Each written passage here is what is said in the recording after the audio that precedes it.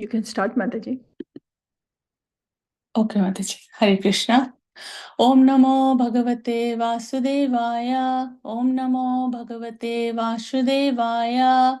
Om Namo Bhagavate Vasudevaya. Naranam Namaskritya Naram Chaiva Narottamam Devim Saraswatim Vyasam Tato Jayamudiraet Shinvatam Sokata Krishna Punya Shravana Kirtana Hridantosya Vadrani Vidhunoti Srihistatam नष्टप्रायेषु भद्रेषु नित्यं भगवत सेवया भगवते उत्तमश्लोके भक्तिर्भवति नैष्टिकी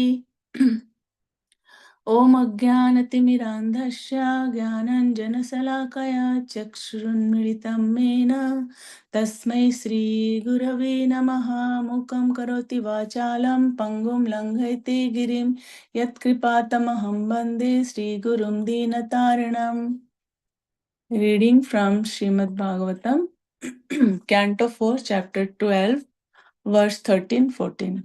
Verse 13.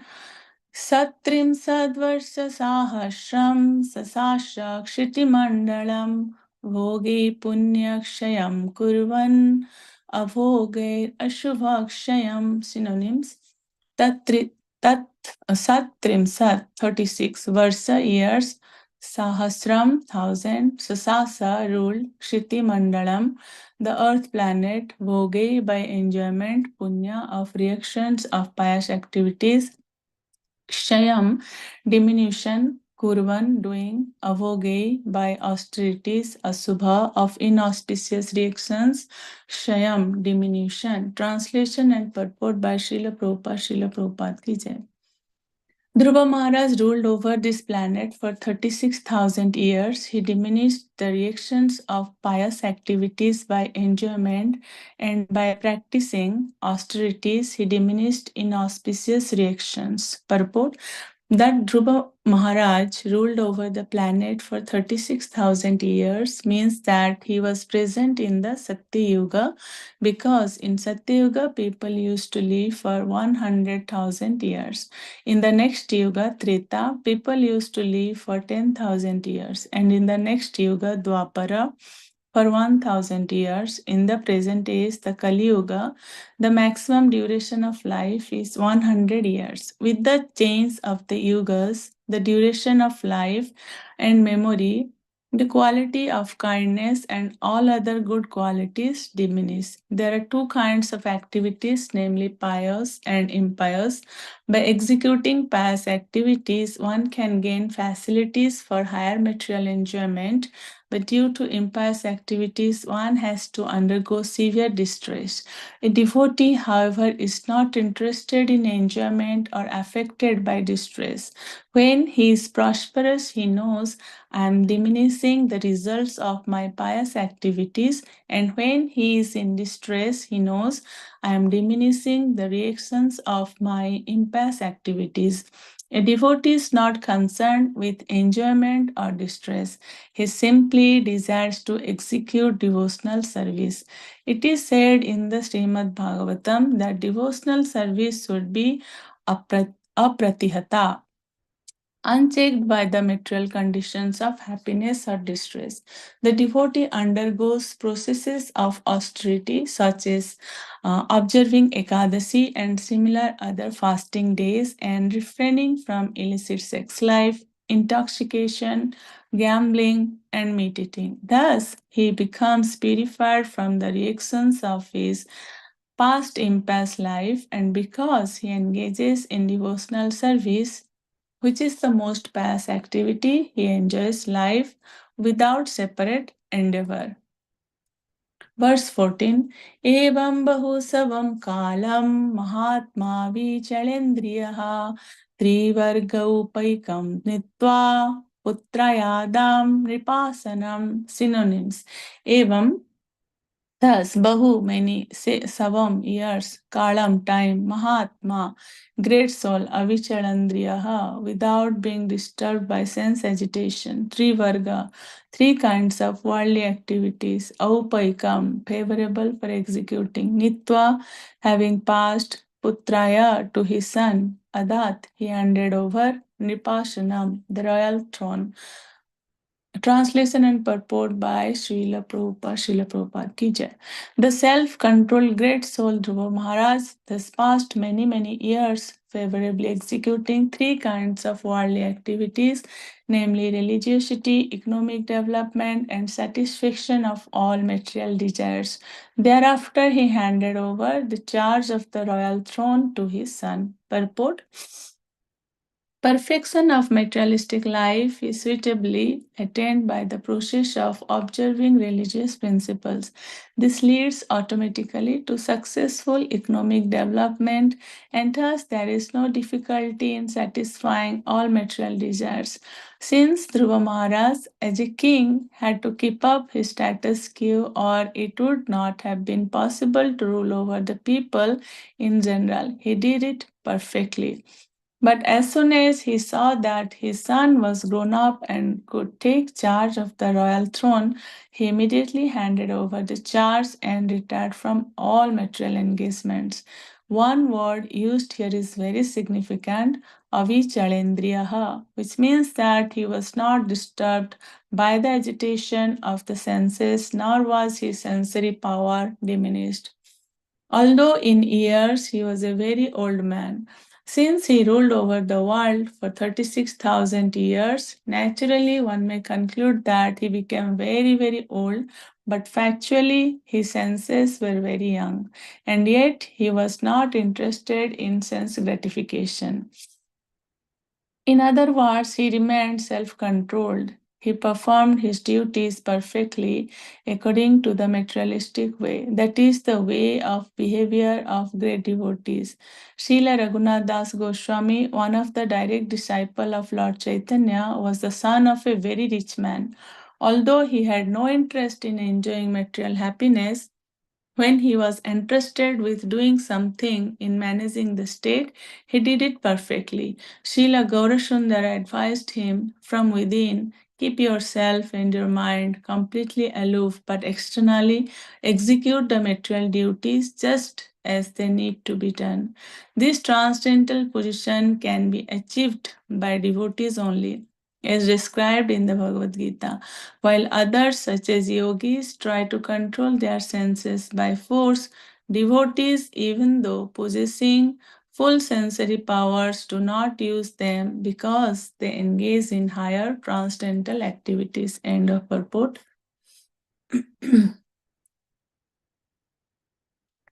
नमो विष्णुपदाय कृष्णपृष्ठाय भूतले श्रीमते भक्तिवेदांत स्वामिनिति नाम्ने नमस्ते सरस्वती देवी गौरवाणी प्रचारिणे निर्विशेष शून्यवादी पाश्चात्य स्थाने जय श्री कृष्ण चैतन्य प्रभु नित्यानंद श्री अद्वैत गदाधर शिवासादि गौर भक्त वृंद हरे Krishna Krishna Krishna Hare Hare Hare Ram Ram Hare Hare. I seek blessings from all the assembled Vaishnavas and thank you for giving me the opportunity to read Srimad Bhagavatam today and to purify myself. I'll summarize both the verses, that is verse 13 and 14. So in verse 13, Srila Prabhupada has mentioned that Dhruva Maharaj ruled over the planet for 36,000 years, which means he was present in Satyuga. As people used to live 100,000 years in Satyuga, then it gradually decreases. Like in Treta Yuga, it becomes 10,000, and in Dwapara, 1,000. And now the present age is Kali Yuga, where maximum duration of life is 100 years. Then the two kinds of activities is mentioned, like pious and impious.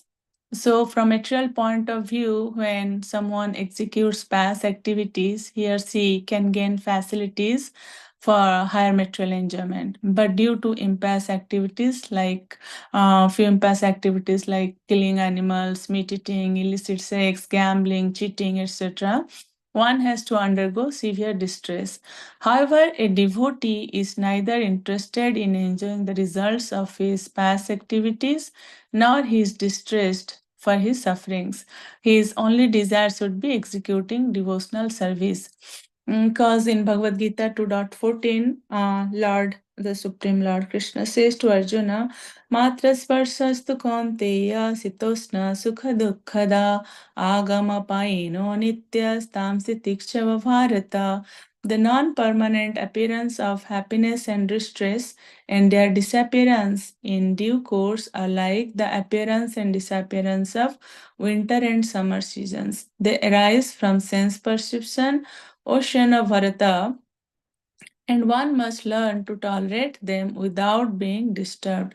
A devotee, when he is prosperous, he understands that I am diminishing the results of my past activities, and when he is in distress, he understands I am diminishing the reactions of my impast activities.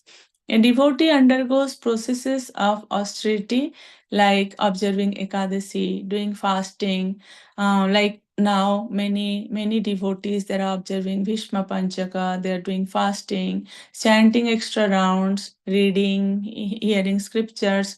And now, like Kartik month is going on, so devotees are engaged in so many devotional activities, rising early in the morning, chanting, reading, which is the like most past activity. Prabhupada has mentioned here about the four regulative principles also, and devotees follow this and should follow also. Like devotees has to, Prabhupada has prescribed those four regulative principles. We have to follow this.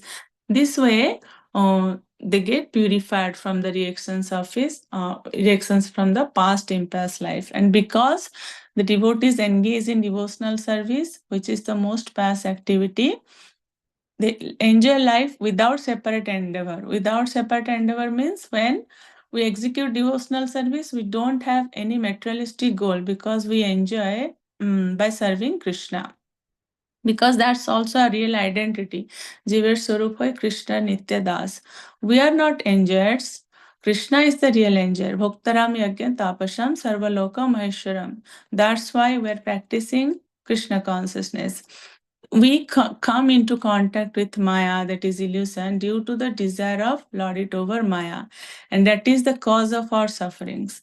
As long as we are in contact with matter, we have to execute work in terms of material necessities. Krishna consciousness, however, brings one into spiritual life, even while one is within the jurisdiction of matter. So it is in the verse 13, it's also mentioned about devotional service should be apratihata. It is from Srimad Bhagavatam, Canto 1, Chapter 2, verse 6, which says that devotional service should be apratihata, unchecked by material conditions of happiness or distress.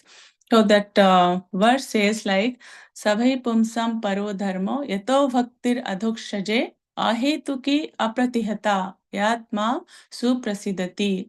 The supreme occupation, that is dharma for all humanity, is that by which men can attain to loving devotional service unto the transcendental Lord. Such devotional service must be unmotivated and uninterrupted to completely satisfy the self. So devotional service should be unmotivated and uninterrupted.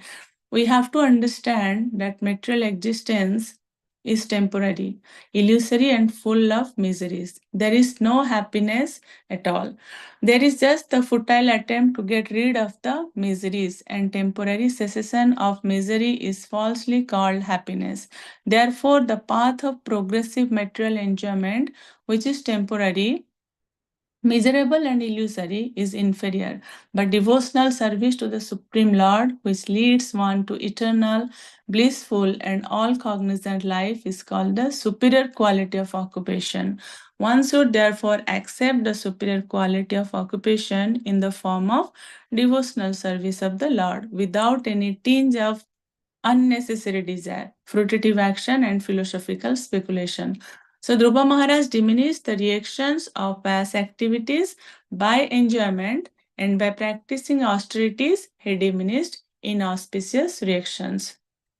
In verse 14, there is an important word Prabhupada has mentioned, that is avichalendriyaha. Prabhupada says it's a very significant word. Avichalendriya means that he was not disturbed by the agitation of the senses, nor was his sensory power diminished, although in years he was a very old man. So Dhruva Maharaj's senses were young, yet he had no interest in sense gratification, means he was self-controlled.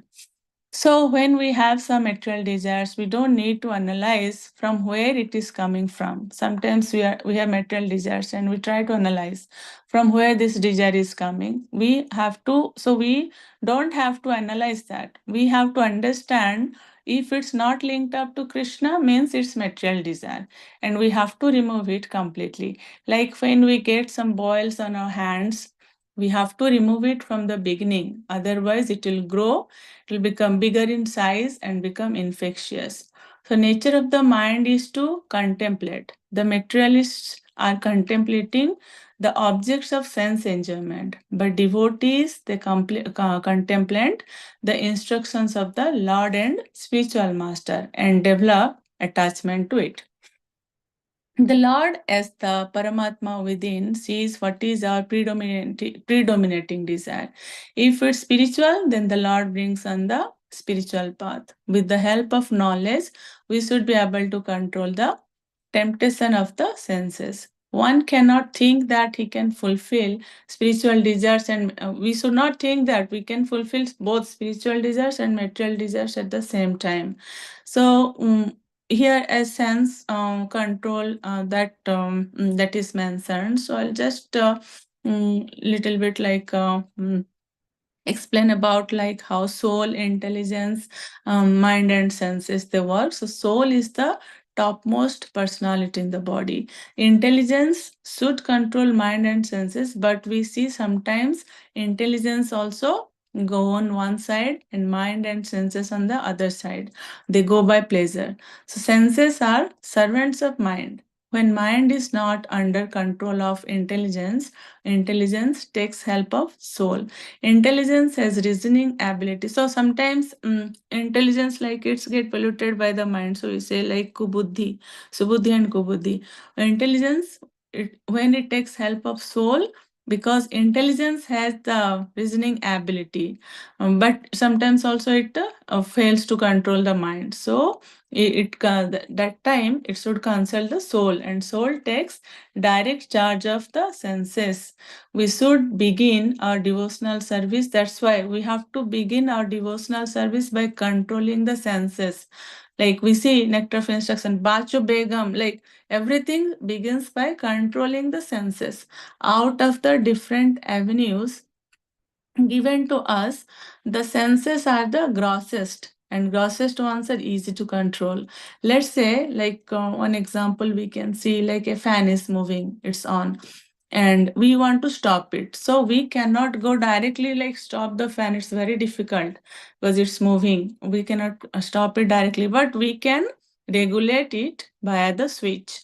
So like we can regulate the fan in that way. So regulating our habits are more easier than stopping our habits. We cannot directly stop our habits. We have to control. Let's say someone is very addicted to eat sweets, but we have to say like, oh no, you have to stop eating sweets directly. No, it's difficult. We can regulate. Okay, if the person is eating like 5 or 6 gulab jamun, we can reduce it to 1 or 2. Gradual, it's a gradual process. So we have to regulate our habits.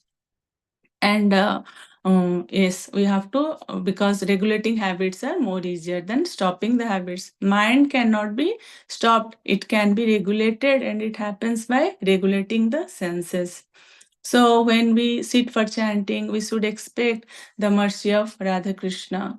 We should accept the problems of life. Like when some problems or some calamities are coming, some different situations are arising which are giving us problems, we have to understand it's because of my own karma. If my tongue is bitten by my teeth, whom should I blame? Oh my Lord, I am suffering because of my own karma. It increases.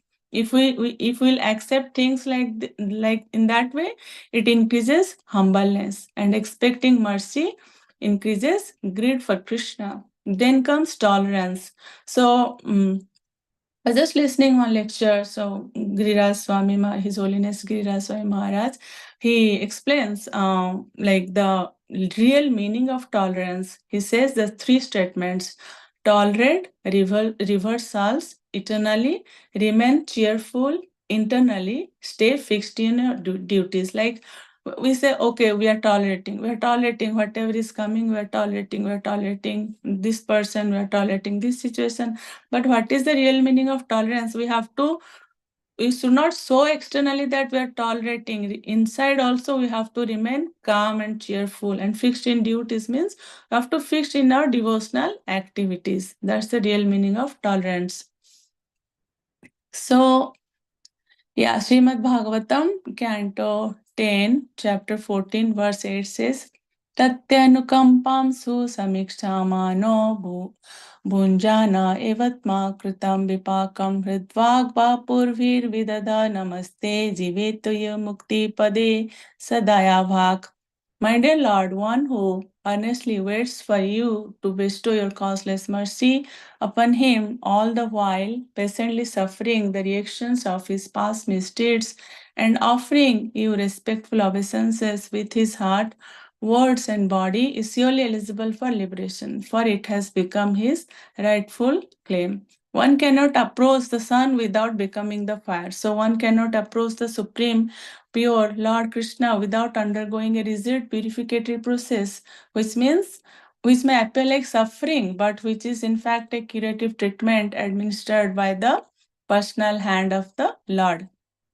So here in verse 14, Srila Prabhupada teaches us how a devotee should live his life. Externally, we should execute the material duties just as they need to be done, but internally, we should keep ourselves and our mind completely aloof.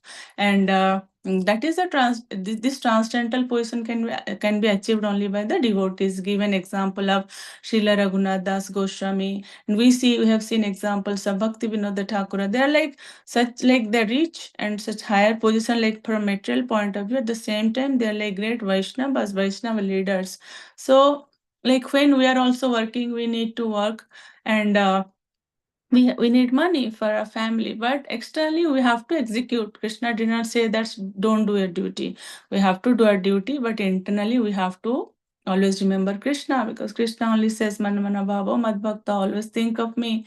So I have seen many people ask like while working how we can remember Krishna, how we can think of Krishna. So we speak about Krishna consciousness. Krishna consciousness means dovetail all the activities with Krishna. It's not something new that we need to practice. We just have to keep Krishna at the center of all our activities. If we're cooking, we have to cook for Krishna. Singing, sing for Krishna. Dancing, dance for Krishna. Do our job for Krishna. Raise our kids for Krishna. If you want to have family, so have family. So together we can serve Krishna. We must think about Krishna all the time. Because the moment we stop thinking about Krishna, Maya will attack us. Krishna bahirmukha hana bhogavancha kare, nikatastha mayatara japatya dhare. So, yeah, when we stop thinking about Krishna, Maya will immediately attack us. With that, I'd like to stop. Sorry for taking few minutes extra. Srimad Bhagavatam.